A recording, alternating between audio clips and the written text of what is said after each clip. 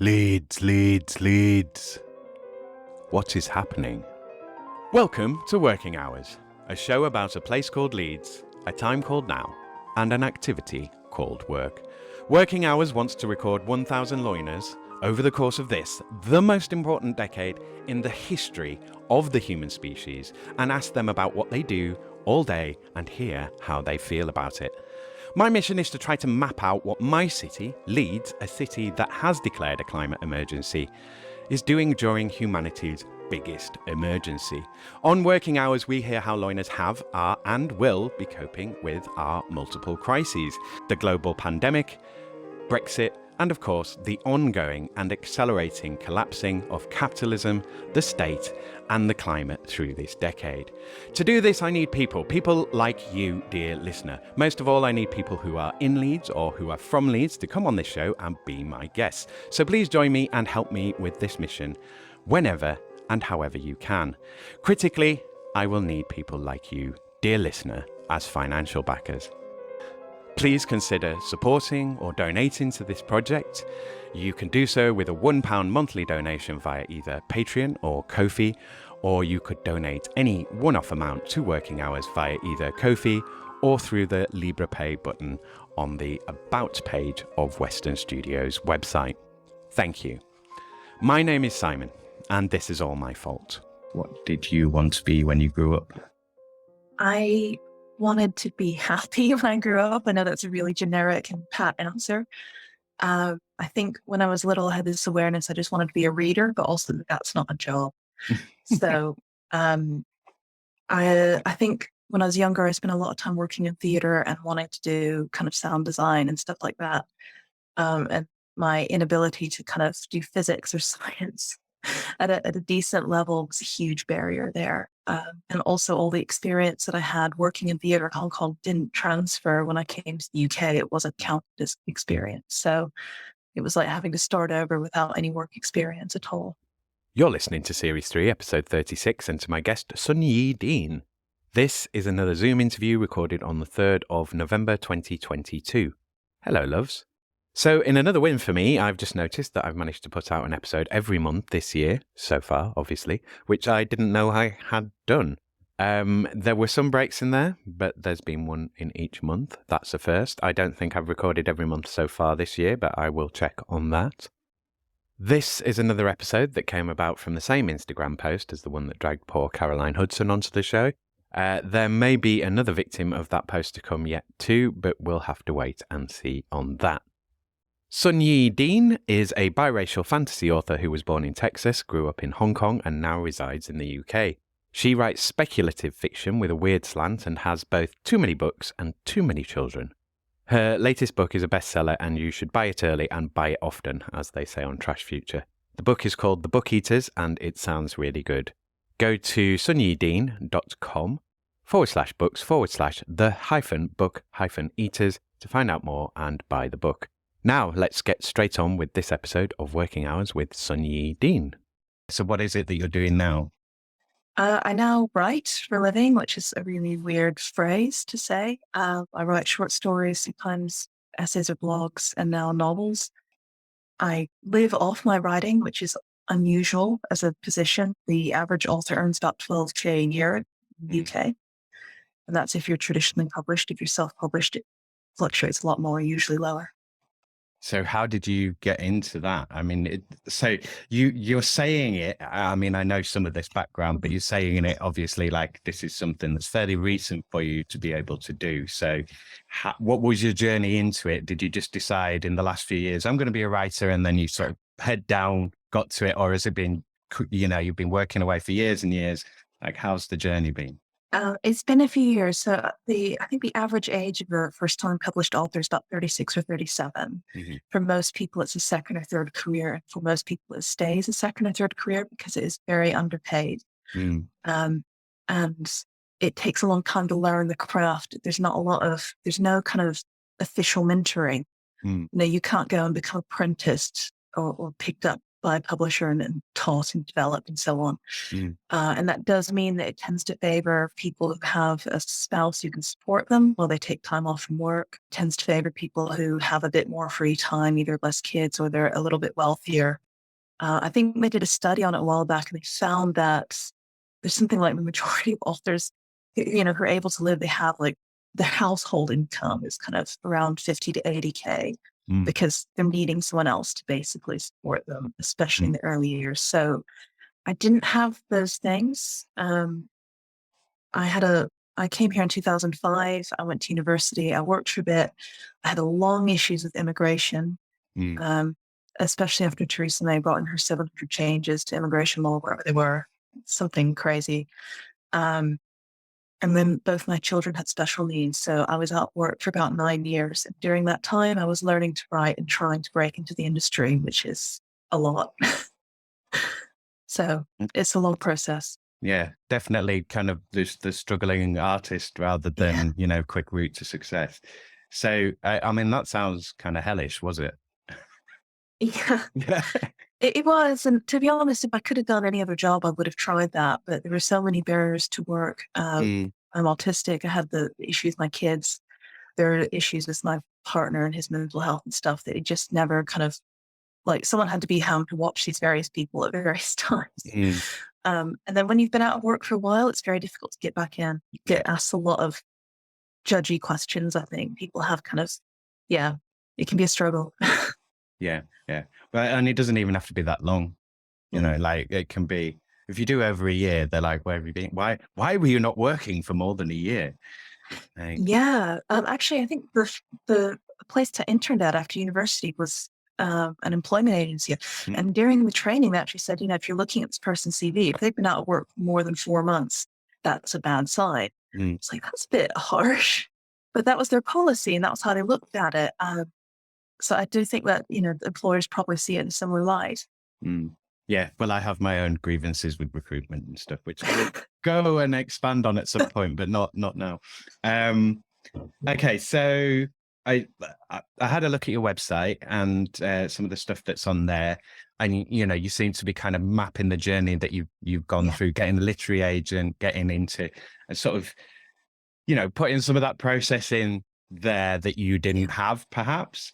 Was that just kind of a like social media strategy, or was that like a way of you tracking for yourself? Like what made you kind of want to Uh, create that?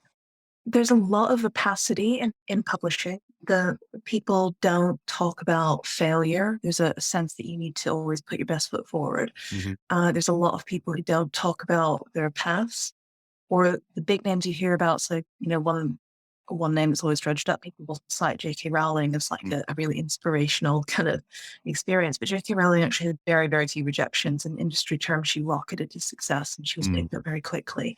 And her story is actually very not representative of most people. Most people mm, get hundreds of rejections. It takes years, yada, yada.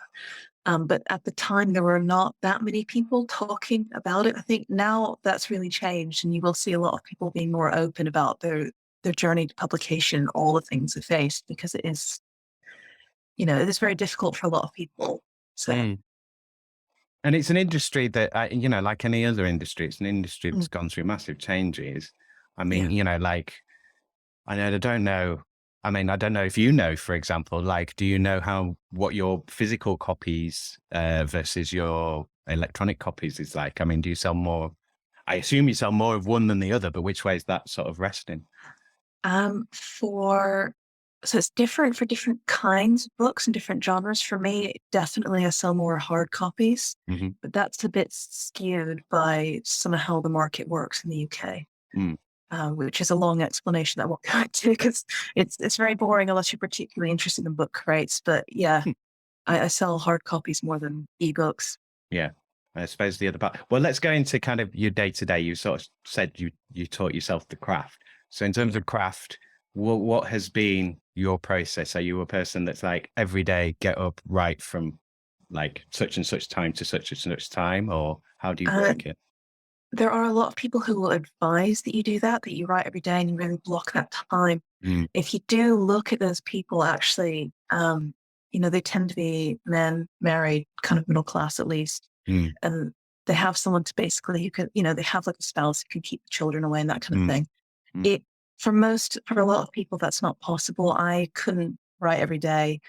Um, it's just, you have to work with what you got and the time you got. And I think, who was it? I can't remember who told me this, but someone told me once that people who are financially poor are often time poor as well. Yeah, So if you have less income, you have less time because you spend more time, if you can't drive, you spend more time traveling and stuff like yeah, that, really basic things. yeah, So um, I've always been short on time. So my process was to do as much as my head as possible and to get words down in short amounts of sprints. mm, And that's just what worked for me. I think whatever helps you finish, it'll be different for every person in their situation. yeah. Did you go through all of that? Like, did you have, I just need to go and lock myself away in a cabin for a week, and like, kind of No, come out? No, you were never no, that. there's no space in my room. My son couldn't be left alone when he Mm, was young. He had lots of behavior issues. So, um, no, it was just right around them here and there, at the kitchen table or when they're asleep, possible. mm. And then in terms of, I mean, I suppose it's this kind of cliche kind of area, but in terms of your ideas and getting the ideas, was that quite easy to sort of come up with stuff? Did you have like genre in mind? Did you like start out with a plan of the kind of thing that you wanted to write, or did you just know that you wanted to write? I wrote in the genre that I read most of, which Yeah. was at the time fantasy. Sometimes I write lit fic or sci-fi as well.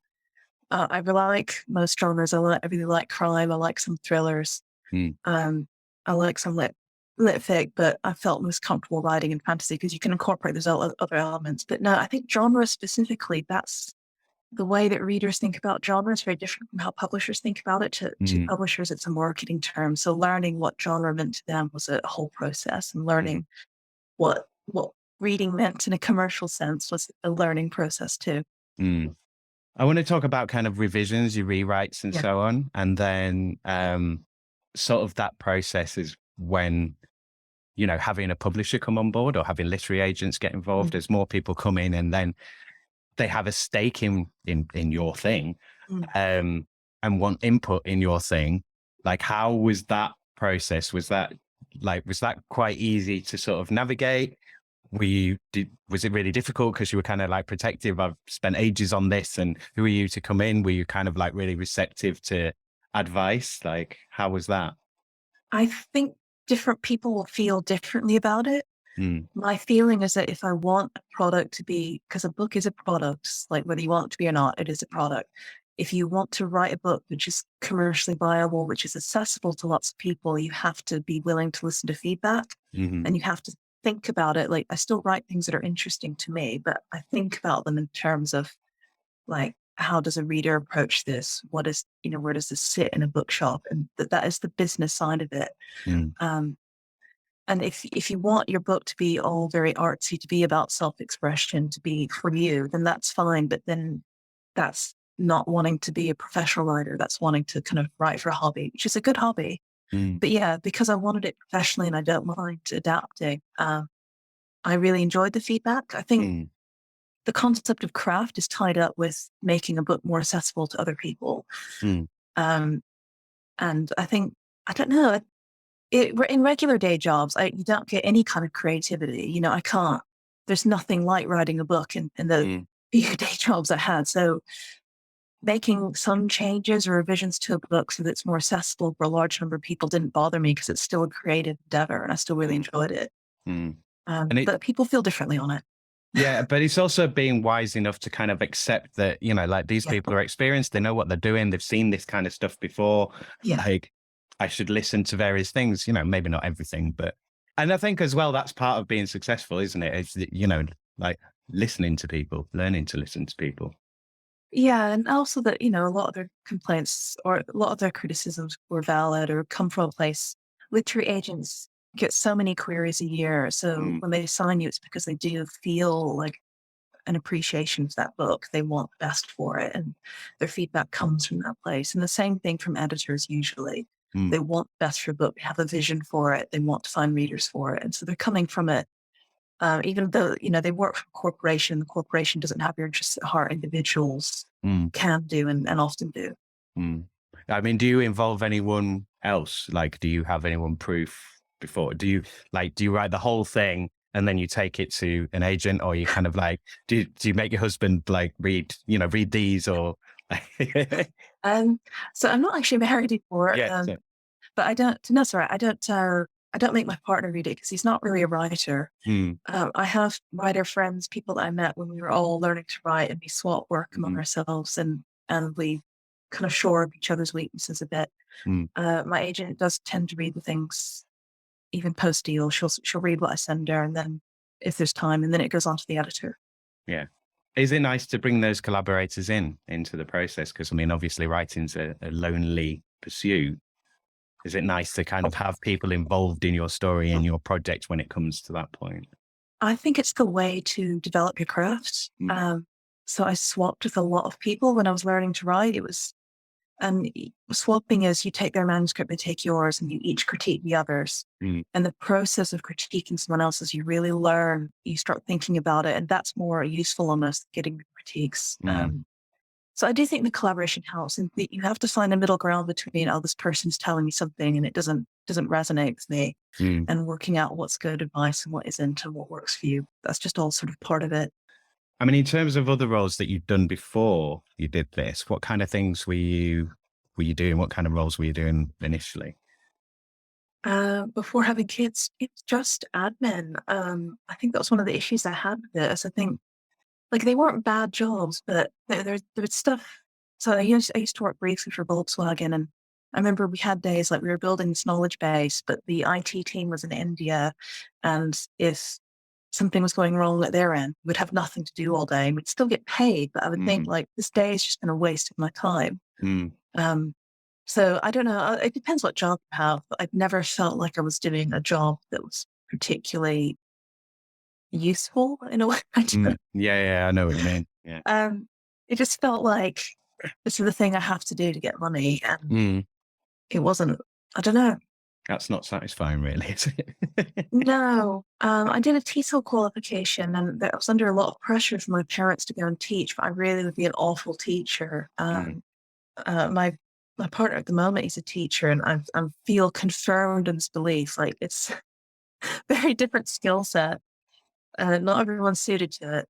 But in terms of sort of next steps, what are your next steps? Have you already got sort of work underway? Have you got another book on the way? Like, is it going to be a sequel? Are you going to do something else? Like, what are your sort of next step plans at the moment?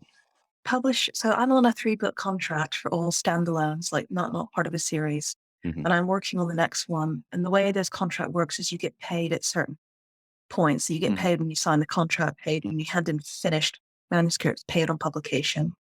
So I'm aware of the ticking clock and the fact that, the longer I take, the further away payment is.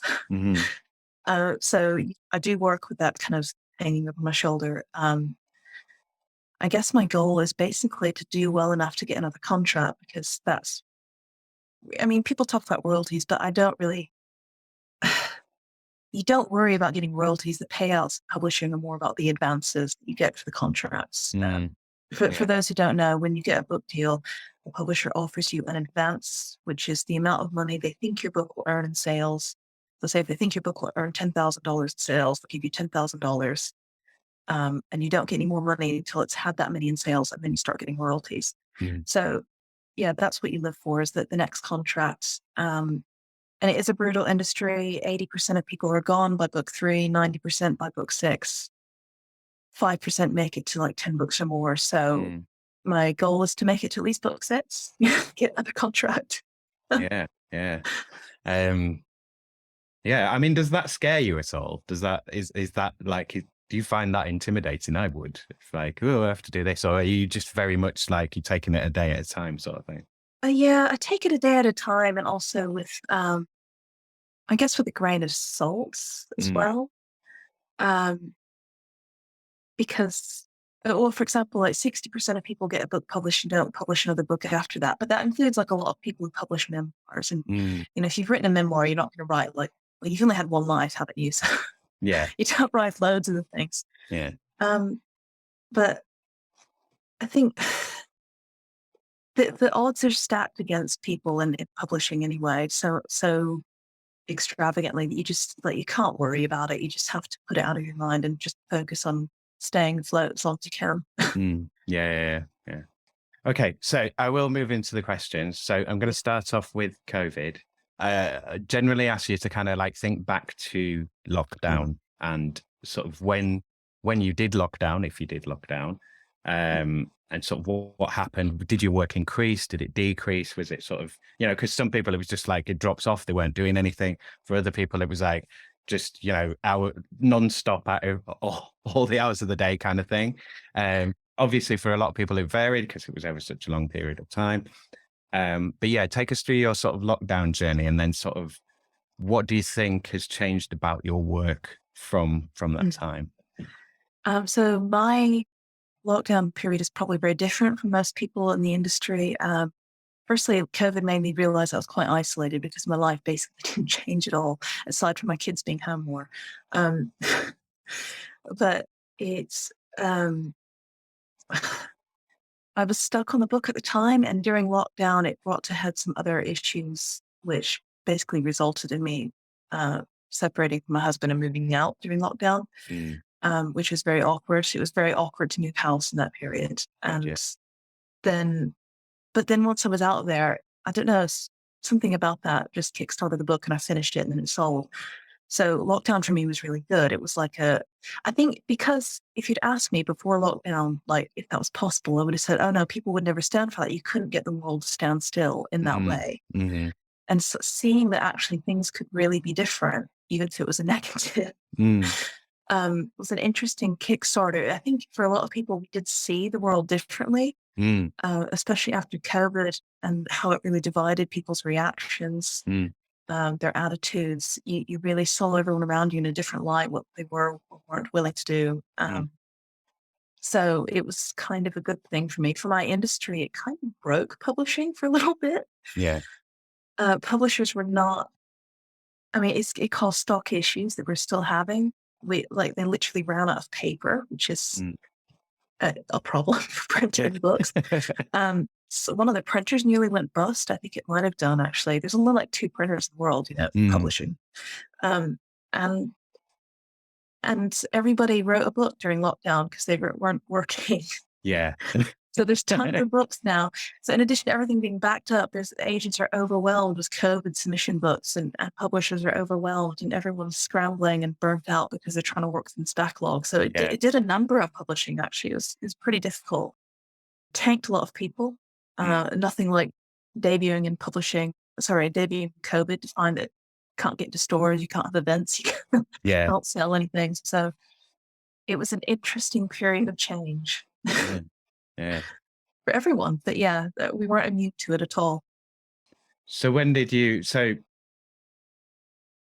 how far out of the sort of the last lockdown were we, like when did your book come out and when did you have to start? Like I guess you had to do some pre-promotion as well. So you're kind of like your marketing engagement and tours and stuff will have started a bit before, I guess. E- well, see, so I finished the book in June and then I think gave it to my agent in July. And then like 4 days later, Tor bought it, which is incredibly fast. But Mm, that was in the early days of lockdown where my editor had been, I think, kicked out of her office and she wasn't really working or something. I don't know. She had time to read. So, um, and then 2 years after that, the book came out. So books have a long lead time. It came out in August. There's about a year of promotion. You don't do tours. That's not really a thing for debut authors. It doesn't sell books and it's mm, expensive. mm, But yeah, there were issues. Like I'm glad that we took a while to get the book out because it avoided lots of COVID. I think I was originally scheduled for February. There were still lockdowns and stuff going on yeah. during that time. Um, and yeah, I think that all the promotion is kind of done in the year before. I think if you think of it like a theater show, you don't wait. If you want to put on a theater show, you don't wait to the night of the performance and then say, right, I better get some actors and get some Mm, leaflets out. You've got to do all that work in advance so that you go on the night. And mm, that's the same with book launches. You do all the work in advance and then you go on the launch. So it's a little bit quieter now, I think, in that kind of quiet period. November's a dead month for publishing and mm. the book's already out. So Yeah. I don't know if that answered your question. It was a bit all over the place. Sorry. No, no, you did. I mean, like, I suppose the other part is, I suppose, well, it's the change element, but Yeah. I mean, that's hard to tell because of your process. I mean, obviously you could see that things were changing around you, but Yeah. you don't really have a yardstick of like how it was working before COVID in the industry, do you? I have some because I was Yeah. working because I had other books in submission that didn't sell and stuff. So I was kind of in the game for a while, I guess. Mm, Um, yeah, we publishers rely on bookstores. They really struggle the need to suddenly go very online. mm, Um, I do think it increased accessibility because one of the things that publishing people will tell you if you're trying to get in is, oh, go to conferences, go to meets, go to. I could never afford that. Didn't have childcare. yeah. But during COVID, all of that stuff went online and a lot stayed online. Yeah. And so online networking became much more of a thing than it ever was before. And that was really good for authors who were disabled or low income. Mm, It really opened a lot of doors. So I think some things about it were very good. There's less emphasis on bookstores, less emphasis on in-person events, more disabled access. mm, Conventions now have in-person and like Zoom events. You might have a panel that's got like someone phoning in from Zoom and yeah. other Yeah. people who are physically there, which is really cool. Yeah. They always should have done it. But yeah, so those are some changes I think that were perhaps positive and I hope lasting. Yeah. Let's do social media next. We'll stay in the area of kind of marketing and stuff. Mm. So, what I want to look at here is how much of your time, because more and more people have to do social media marketing as part of their work. Mm. Obviously you're doing this, which is in that area. So how much time do you have to give to sort of working on social media, and how much return on investment do you think that time delivers? Like, do you see it as really valuable, or do you see it as something that you just have to do? Um, so there's a kind of a belief in publishing that you need to have like platform and social media. If you write nonfiction, that's true. Hmm. Because nonfiction is bought on the basis of expertise and personality. So, for example, if you're a celebrity, people buy your memoir, not Mm, because it's well written, but because they want to read all about the secret history of David Beckham or something. mm-hmm. Um, or expertise. Oh, it's a good one. You might have. Uh, this is going to hurt. The junior doctor memoir. So that's written based on. Oh, right, it's from an actual doctor, and he's talking about doctoring. Hmm. But for fiction, it doesn't really matter. It doesn't really sell books. Mm, If you're a celebrity like Richard Osman, then yes, you can debut. I think his book hit 127,000 sales the first week over summer when it came out, right? And he's mm, a celebrity. But most of us aren't celebrities. mm, So if you're not a celebrity, being on social media doesn't actually affect sales because that's not how sales work in the industry. Most sales come from publishers selling to bookstores or independent gatekeepers like book crates, and libraries. mm, Um, so publishers like to tell authors that social media makes a difference because then when a book doesn't do well, they can say, well, you didn't get on Twitter enough. mm, But it doesn't actually help that much. mm, So I do as much as I enjoy. Um, I have like the platform there because if the publisher does its job, people come to you. mm, If someone tags me on Instagram and they're not being a douche, then I'll respond to them mm. and, be polite and engage and have fun. But otherwise, I just do what I'm comfortable with because I've looked at the maths on it and it really doesn't make a difference in a lot of Mm, cases. mm, Unless you're one of those people who's like really actively building a newsletter and that can. mm. I mean, you're very good with your stats and stuff. I mean, you've obviously done a lot of research on the industry that's not just like, you didn't just sit down to write. You've gone at this seriously, like, this is what I want to do. Like, you've read I around it. I get very anxious. Having facts makes me less anxious. I feel Mm, like if I can stare all the risks in the face, I feel a bit better about it, like I'm making informed choices. Yeah. yeah. And because you want to give your book a good chance and you want to know what's actually going to help or what isn't. And Mm, if you're very social media savvy, it can help, but I'm not. So I don't get on TikTok. And I do have friends I think I've got one friend that spends like an hour a day doing research, putting TikTok videos together. It does make a difference to her sales, but that's quite a commitment. mm, And she's quite good at it. And I wouldn't be. mm. Yeah. Yeah. I mean, because like it takes time. Like, even if you're really good with video stuff, it's going to take you time to Oh, set yeah. everything up, get everything right, turn it around. Yes. So I shall move off of social media. We'll go on to, let's do Brexit, because I think this will be short and sweet with you. So since we have Brexited, have you noticed any change in your work, either for the better, the worse, or has there been no change that you can notice? Yeah, it's just worse. Overnight, UK contracts became worth less than they were before, because it used to be if you sold your UK English print rights, that meant the UK was like a really good point for selling English language books into Europe, because a lot of Europeans read English. So like I find books for sale in France in English, not in French. But now it's much more expensive to do that, so it's very awkward. So, we get smaller deals for UK rights. Supplies are a bigger issue. There's a lot of backlog. And there are other stuff. There's other stuff with it. Oh yeah, VAT. That's now I have to waste hours of my life filling out VAT forms because we're not in the economic area. So foreign rights deals are a massive pain.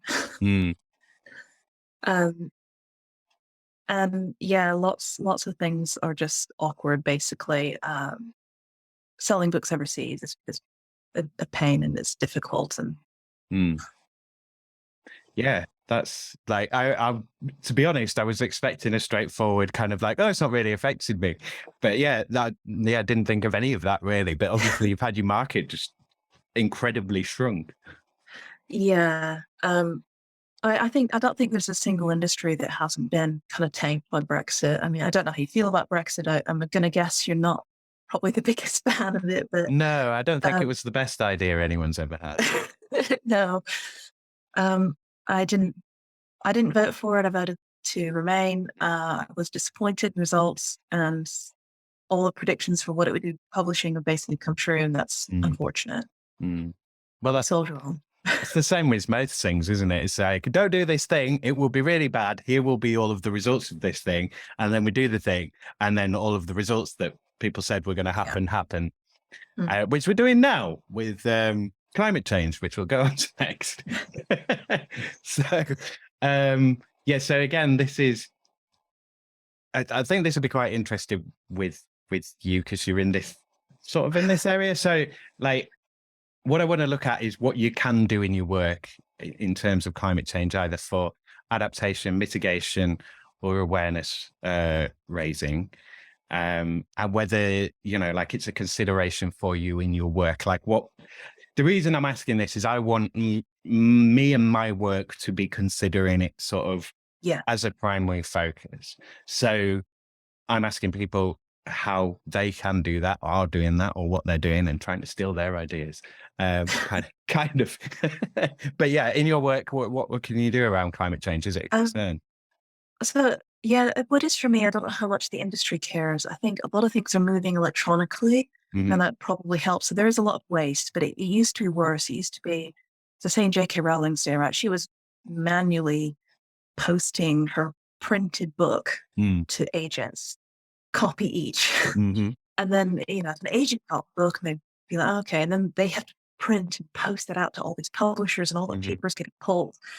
All that's electronic now, which I think is probably better. There is still a lot of waste. So there's a thing called remaindering, which is a publisher sells books to a bookstore.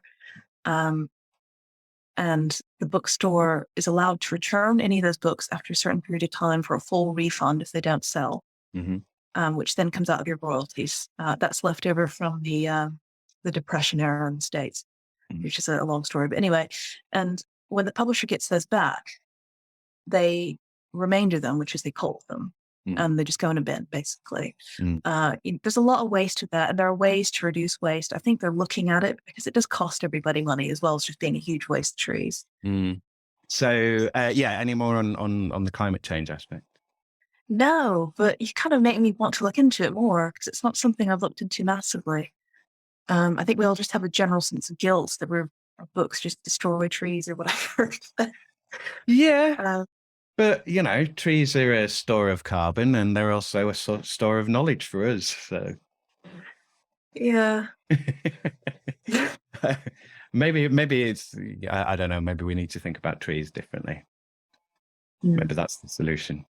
Okay, so I will go to, we've done Brexit, we've done UBI, we've done climate change, we've done the social media. Not UBI. Oh, no, we haven't done UBI. No, sorry. Yeah. So we won't do that yet. Actually, we will. Let's do UBI. Okay.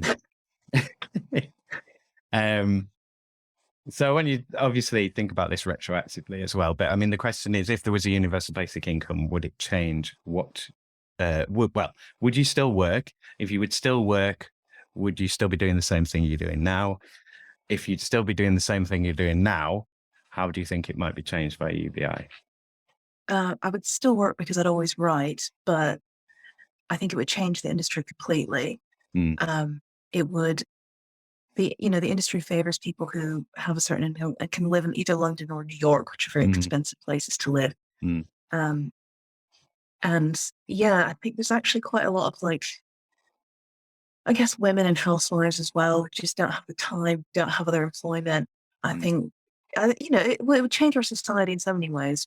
People taking time off to look after their kids, still not having income. It would have changed our lives. I would have worked on the books, but with less guilt. And we wouldn't have been below the poverty line for that entire time, or not as badly. And it would definitely support people, because those first 5 years are tough, where you have to treat, once you get published, you have to treat it like a full-time job, even if you already have a full-time job. And that's a lot to ask from people, So it would completely revolutionize it, because creatives do get the short straw. Especially in the early days when you're trying to really bootstrap. Obviously, there's people at the top like Stephen King who are just making millions, but most people don't in creative industries, from music or writing. Yeah. Go on. That's fine. I think it would support, you'd see a lot more interesting work coming out, I suppose. Well, like you've mentioned before, accessibility as well, getting different voices out.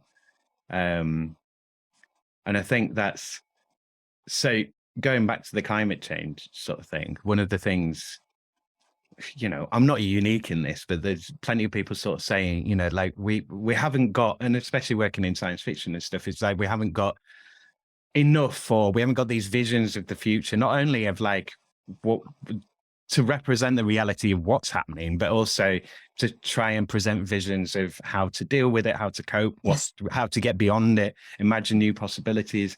So basically want you to get you to talk around that for a bit, basically, just sort of your thoughts on, the artist side, how they can contribute from a kind of a climate perspective. But then, with the accessibility issue as well, of diversifying voices. No, I do think that's important. So I did grow up actually kind of very conservative, very religious, very closeted. And I remember as a child watching Star Trek. And I do think that for me had a big impact. Star Trek had this wonderful progressive socialist future where they've had war and then they got over it and they've rebuilt society and they all live in this utopia. And I don't know if you watch Star Trek, but everyone in Star Trek, they're not paid. It's a complete meritocracy. Picard is captain because he's good at it and he wants to be, and he doesn't have a salary or anything. And I think when I was a bit older and people say, oh, but can you imagine what a social society would look like? Even though it's silly, I could be like, well, yeah, actually, yes. Let me see Star Trek, but having a template for what the future could look like is really important. And I think, and I think sci-fi recognizes that. There's a very conscious movement actually to move away from dystopia at the moment, which wasn't a big thing for a while. So there's an award that's been founded. I think it's called the Ursula K. Le Guin Award. And it's given to books that write about hopeful futures and show us the pathway towards it. So it's not that the books can't have darkness, but they feature alternate societies or suggestions for how society could be. They offer hope for the future, because there is an impact when you read miserable fiction all the time. You start to think that everything is miserable. Mm. And that they've really touched on some interesting novels actually that have come out. There's a new trend, they call it hope punk, Mm. and cli-fi. Yeah, I've heard of sci-fi. And the both of those are really good, and they do deal with those issues very adroitly, I think. Mm. But sci-fi's been saying it for a while. So J.G. Ballard, back in the 50s, when he wrote the Drownlands, which is set in a world that's been consumed by global warming, and the seas have risen, and the main characters are like paddling through flooded Britain Mm. as they slowly revert back into being lizards or something. And it was very forward looking for his time. That you could see, you know, he kind of kicked off disaster fiction, but he was worrying about the future even then. Mm. Now that future's here, we have to worry about what a better future could look like. Mm. Mm.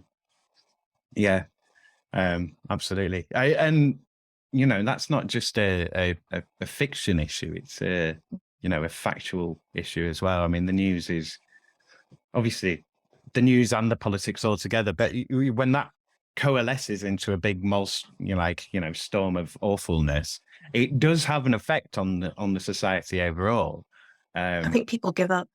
Yeah. They just think solutions aren't there.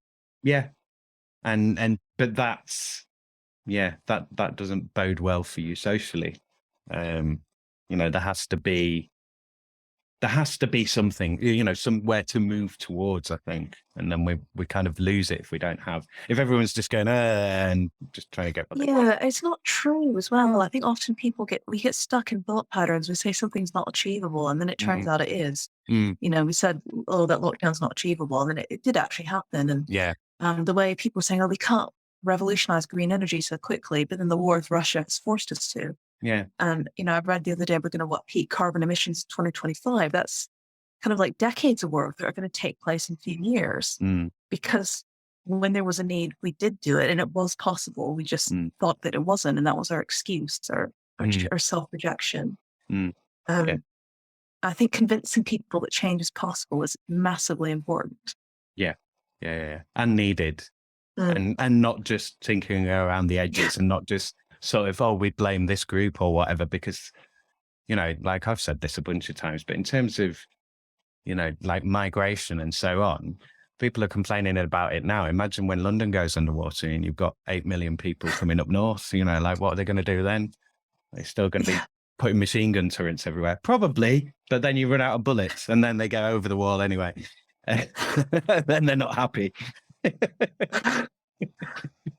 So, so back to UBI for a bit then. I mean, the wider thing as well is, I mean, if you extend that, when you were talking about like your manuscript swapping, like, I mean, I can imagine from there, like probably everyone from that group, UBI would have been absolutely life-changing for them through that process. Yeah.